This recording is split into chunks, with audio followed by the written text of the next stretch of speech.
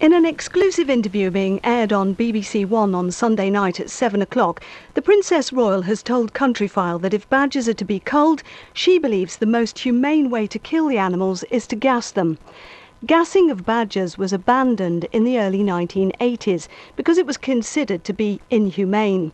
However, the government is investigating gassing as part of its 25-year TB eradication strategy. Dominic Dyer from the Badger Trust says it didn't work before and it shouldn't be considered again.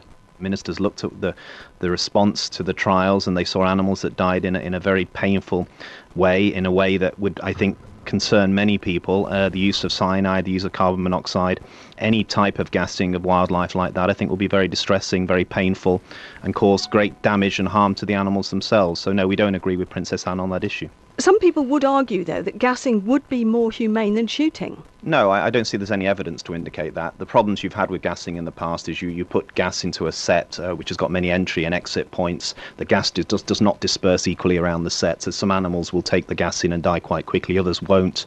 They can get brain damage as a result, they can die long painful deaths and move to other areas where they could spread the disease. So there are many problems associated with gassing as an effective way of killing those animals, but many humaneness issues associated with it as well. We're going to hear in a moment from the Farming Minister about the fact that the government is not going to roll out the pilot badger cull to other TB hotspot areas next year, but it is going to continue the cull in Somerset and Gloucestershire.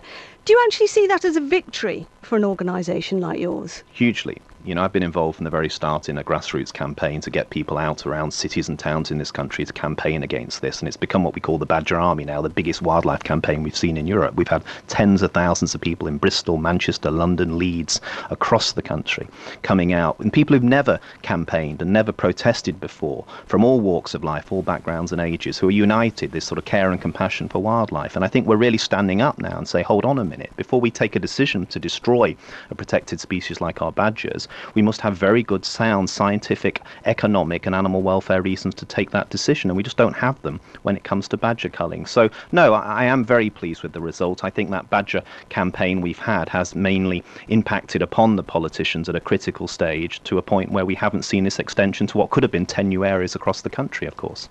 Dominic Dyer from the Badger Trust.